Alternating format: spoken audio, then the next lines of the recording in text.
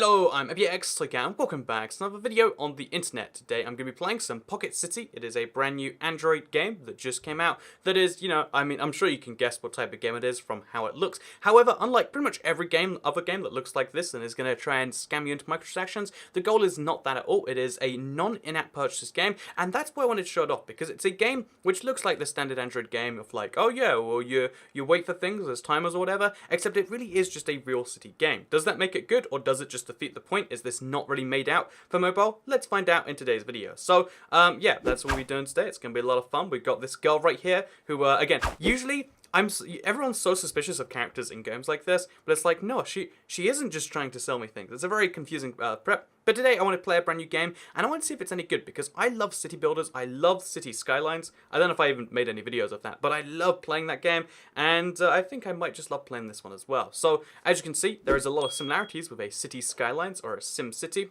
But it's going to be kind of fun regardless. So, oops, accidentally had the thing on silent the whole time. But yeah, so let's just turn that thing down a little bit, and let's show you the game. So we've got some residential zones, which are missing water and power, and I guess now we have to go ahead and actually provide that by, we're just going to make a whole industrial zone over here.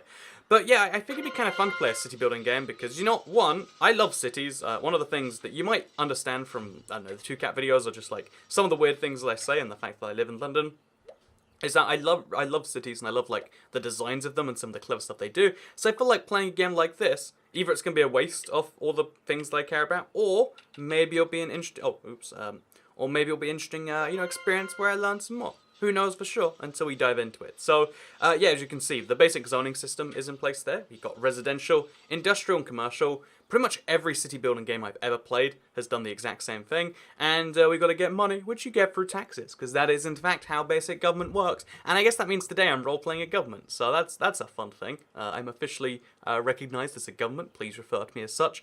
Yeah, we're going to have to make a power plant somewhere nearby, too. And, yeah, I feel like all the basics are here, but everything about this game is just screaming, this is a ploy to eventually make you sink money into your city, because there's a timer on how fast it takes you to, on building the thing, but it's like, no, there's none of that in here. And I feel like it's important to play games like this, even though this game probably won't ever be as big because it's not free to play, just in case it is wonderful, and in case, it's worth paying. It's only like $5 or $6. It's £4.49 in UK money, which is quite a steep price, but like, if it's a game that you can actually play for so long, maybe it's worth paying that price. I know that sounds like a weird thing to say, like, oh, that's just what you say because you have £4 to spend, but the truth is like, people have amounts of money they allocate in different places, and maybe video games, because on iOS there's more, there's more free games, there's less free games and more paid games that are just solid up front, whereas more Android games exist to like drain you over a long period of time. And maybe we need to have a better understanding of that. Or maybe this game sucks and we should go back to free to play. That's what this video is mostly about. I obviously have very strong beliefs already, but I'd be curious to see what happens regardless. So, yeah, we're going to build some more resources, I guess, or some services. Oh, we can't get services yet. Or institutions. So yeah, there's a whole leveling system involved. Everything actually does sound kind of interesting. But for now, I think, given that she told me something that I wasn't paying attention to, because I was too busy, just kind of, oh, no, don't build that. She did say a bunch of things, but I wasn't really listening to them because I was busy talking about free-to-play games. So we'll just kind of wing it and see what happens here. So let's build some more residentials, and let's just see what happens, because there's some bars that we have to touch. So as you can see, there's a bunch of demand for residential, because you need more houses than you need shops, and you need industrial zones. I think that's just the thing about every country ever, right? Like, you need to have more people than things to buy. If there was one pub for every person, then that would be an economic crisis. Or a very cool country, I guess, depending on how you care about the world. But, oh, okay, so, again, it's so weird, like, oh, level up, there are new things unlocked. It seems like that reveal for currency is always coming, but it's kind of cool that it's not, right? It's just a real city building game that looks pretty great. This looks like a city skyline, and based on the depth of what's in these things, it might just be as fun. That's great. I like that personally. Also, the music is nice. Again, you can't hear it so much because I've still got to wait for those headphone. It's a headphone that can go back into your phone with the game audio, so I can record all of that. But yeah, let's kickstart the economy, shall we? Hey, Mayor, we'll need cash to continue. We get sales taxes. So wait, so we're gonna get an income of $100 a second by making people spend more money. Okay, just build more zones. Is that it? I got this. I have got this. And then I walk in the park. I've got a bit of park, I assume. Oh, because Peter here, with his orange beard, he thinks he can tell me how to run my city. I'm the government. You don't get to control that. Actually, You know, a small park would be okay. It's actually funny, like, I think there's a lesson in compromise about that even though that was kind of like a half-joke interaction, about the fact that even though, you know, I was kind of like joking around a bit there, you know, it is kind of true that, like, if you're expecting someone to ask for a lot than they ask for a little, you're kind of more likely to accept it, right? It's also a similar thing in reverse, whereas if you expect someone to ask for a little and they ask for a lot, you might just be shocked and give it to them. I know this is what car salesman people do. Like, they're expecting like a price or something, or like, you know, what you do first is like you sell them something small, and then they feel obliged to do something big. That's my understanding, at least. It also works the other way around. It's weird. In fact, you know, if you can convince someone to buy something off you once, they might just buy it off you again. Fun fact. I guess that's as far as that one needs to go. But yeah, we're gonna put some commercial zones here, just a couple of them, I guess. Get that demand matching that supply. That's an economic model right there. Build a little residential zone right there. We've got like a happy little street going on here. But yeah, one of the fun things about city builders is not just having one street, which everyone goes back and forth on. Which, for the record, can you ever imagine a city looking like this? Where like, oh yeah, I want to be on the other side of town. Like, you know, if you want to go from, let's say, here. Oh, you can zoom in really far in this game. But if you wanted to go from here to over here, you'd have to like drive your car all the way around, get to the end. I don't even know what happens there. It just kind of rotates 90-degree angles and then gets over here. It's kind of an odd thing. But yeah, I guess what we're going to do is we're going to expand a little bit, because that's half the fun. There's a treasure chest over there, and I don't know, maybe I'm just new to this whole city planning process, but I did not know that treasure chests were a key part of this. But yeah, we definitely want... Oh, no, I don't want to do this. I don't want to do this. But I think what I should do is have some form of road to loop it around, so that people don't have to just go in an endless one-way street. Because there's a lot of traffic here, and that will become an issue eventually. So we'll build a highway, but they don't supply water or power. Okay, so we'll have like a basic road going to here, and then we'll have a highway going across it, like coming across from there to... That's a lot of money, actually. Just for the fun of it. There we go. And now cars can come from nowhere on into the city. It's a little bit unrealistic that people are going on the highway. Actually. Oh no, they're going on the highway because it's the only way around. Like, you know, I was complaining about that one-way system. I think I've just made it like 4 times worse. You know, that's not my problem. I mean, it is my problem, actually.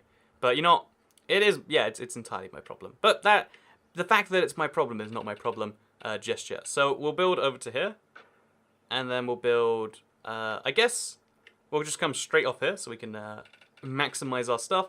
And now we've got a little cul-de-sac going on here, which is... It's fine. And we'll just build a bunch of zones. Because in these games, you always are encouraged to build like super, I guess, conservatively. But you know what? Fun fact, you don't have to be conservative if you don't want to be. You can just build some commercial zones here, get some going on the corner. Always have a corner store. Good idea. And yeah, I'm liking where this city's going. IBX Toy City is living the dream bit by bit. And now we've kick-started the economy with $100 a second. And now I deserve a bonus. Which, side note, I mean, that's not how politics should work. Like, ooh, you raise more money in taxes, have a bonus. Even though I guess that's how the taxes will be paid for. I mean, that would be quite unpopular, but I mean, why not, right? Why not? So, we got a bunch of money, we got a bunch of people. 100 people live in my thriving metropolis now. In fact, let's just build the road all the way to the highway, and then that should like ease traffic as well, because it's not looking too congested, but I imagine eventually it's going to be an issue. So again, we'll get ready for that now, because one of the biggest pains of City Skylines was just like you build a city early in the game, and you're like, this is wonderful, and then you have to like strip it out later. Which, side note, is what like real cities have to do.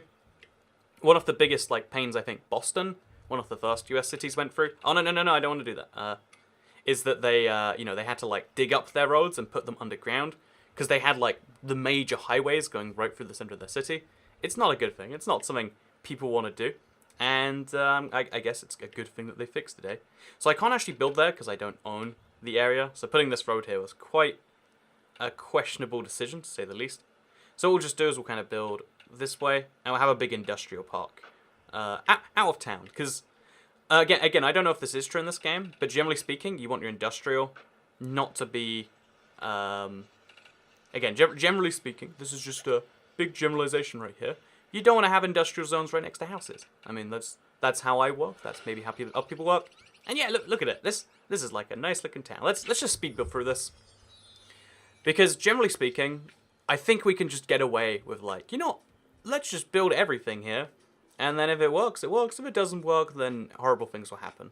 Because especially if the game is simple enough, we can just like scroll through these challenges, get the like we got a reward just for leveling up, it sounds like, and we're gonna get reward for getting people, and all this stuff can just be done by having a delicate balance of stuff. So we'll just throw in some more residential zones all the way over there, build that, replace that little park right here too, and just have a huge load of it, and then even over here maybe too. Yeah, on this side of the road, we'll just have that all be residential, and then we'll build a mega commercial zone here. So again, this takes a lot of money, more money than I have in fact, but I think the end result is that we just kind of like skip up a bunch of things, and if we get rewards, then we get to do it fast anyway. So pro tip, if you're playing a city builder and you're playing it for the first time, I would recommend being careful. Oh, we're gonna have an overload on the resources. See, this is half the fun in the game, right? Like, oh yeah, you get going, and then you always forget something, and you have to get it going. So we'll build that there. Why not? Sure. Quest complete. Got another power. Oh wait, that's growth spurt. Wow, 400 citizens that fast. My city is growing. We're a village already. So way to grow. Our city's doing better than ever. And if we get 1500, okay, whatever. Long time away. And a block party event. Yeah, let's do it. I mean, 400 people. We're like starting to get to the point where like there's gonna be factions inside. Like there's gonna be the people who think like, oh yeah, there should be more industrial zones, and then there's gonna be some people like, I want more commercial zones.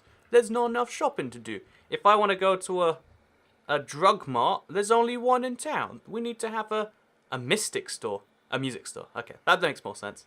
And a law firm. It's weird actually looking at the stores that you have, like a Stop and Shop. I guess they're all just randomly generated, but it's interesting because as a city gets larger, you do need like different types of stores. Like for instance, if you have a tiny little, I think I replaced the building with another one. But you know, like when you have the tiniest cities, you just need to have like a general store. And I'm shocked whenever I like look on places in Google Maps or like like a prospective place. One of the places that a former girlfriend lived was like such a small town. It was somewhere in America that it had like a general store. And it's like, man, are we playing RuneScape? Or is this real life? Is this like a throwback thing? But it's like, yeah, in a tiny town of like 12 people, you have a general store.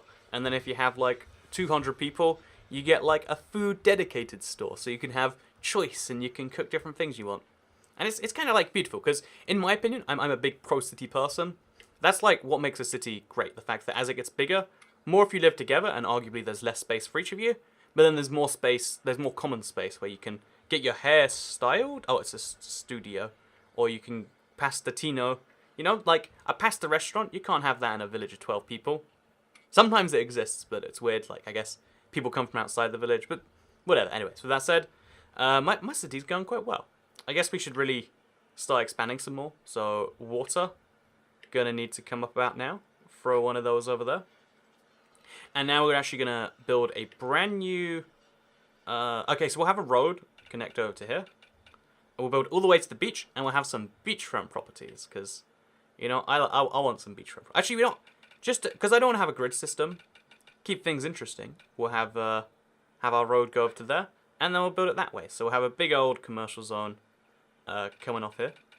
Oh, only that much commercial zone. So yeah, like I said, you always want to build as fast as you humanly can, just because eventually you will hit a limit, and it's better to hit the limit with a lot of like money coming in, because look, now I've got money to build even more zones, and that should make things wonderful. So yeah, so far I would say this game is solid. It seems to have everything a City Skylines would. For the price, I would say there's a few like graphical settings I'd say are missing. Like it looks a little bit like blander than you'd expect, right? There's cloud saves, there's download, there's resolution. Okay, let's play an ultra. Let's see if that makes. Oh, actually, there we go. Let's do that. So we're gonna play an ultra. See if things look a lot better. You know, if this is ultra, I should have never turned it on. But yeah, this is Pocket Cities. It's a pretty cool looking game. Maybe we should do a part 2. I'll be playing it a little bit between now and then, I think. So if you want to see another one of these videos, I guess let me know. I think this has been interesting enough. Even though it's just been the basics, I think having a real living breathing city that will eventually answer these issues, that isn't eventually going to try and milk you, because that's what you are to them. You're just you're a cow. What are they called? Teat? To be milked? Then I think that's good personally. Oh look, I just realized we've got new stores. A travel center. a premium clothier, and it really just like showed that like, you know, more people get in a city, more cool things you can throw in there, because now, you know, we need more houses. Houses will go on this side, and now there are people who get to live. You know, imagine being able to live here, like the house of your dreams, next to the travel center or next to the premium clothier. Imagine going to a store that was called Premium Clothes. Like, you can't, it's hard to imagine a less premium name for a clothes store, right? At least, I mean, that's just me. I play video games to escape real life. This city seems pretty cool. Oh, we're meant to do a block party, I just realized. Events, block party. Let's do it. Hey, everyone's partying for me today. Oh, it's only in one place. Oh, outside my town hall. See, I've always thought, okay, you know, I'm no city mayor, but I've always thought it's an uncomfortable position to be in as, like, a head of government, but, like, to make the most money, which is what you need to do fundamentally as a government to exist, holding parties and stuff is, like, counter that goal. Because all these people, they're not out working right now. They're not over there at the... Is this a burger store? No, it's an espresso coffee co. They're not working at the coffee store. They're busy, you know, having a party instead. So, like, as a government, your incentive is to, like, remove holidays and, like, make people, you know, upset as long as it produces things. So it's like a, you know, it's something to consider right there for you. Food for thought. Not any real psychological stuff going on here. But I hope you all enjoyed this video. I hope you learned a thing about pocket cities. Let me know what you think. Do you want to see more of it? Or do you think it looks a bit samey? Or, you know, look, I'd love to hear about that regardless. Oh, look, there's a whole stats screen here. You can learn about how much cash we're making. There's 42% supply, 58. Oh, we can set sales tax higher. I mean, we might as well, right? It increases income, but lowers citizen happiness. You know, who needs citizen happiness when you got money, right? And then there's 21% congestion. Oh, so it's clever. You can see where the choke points are. So yeah, there's a lot of different stuff that you have to deal with as the game goes on. Obviously, goods as well. We're importing everything we need, which is bad. And therefore, you know, like, I think it's fun, this sort of game. Maybe you don't. Maybe you disagree. This is what this channel's for. Just throwing things on the internet and seeing what you think. Thank you very much for watching, and I'll see you all in the next video. Goodbye.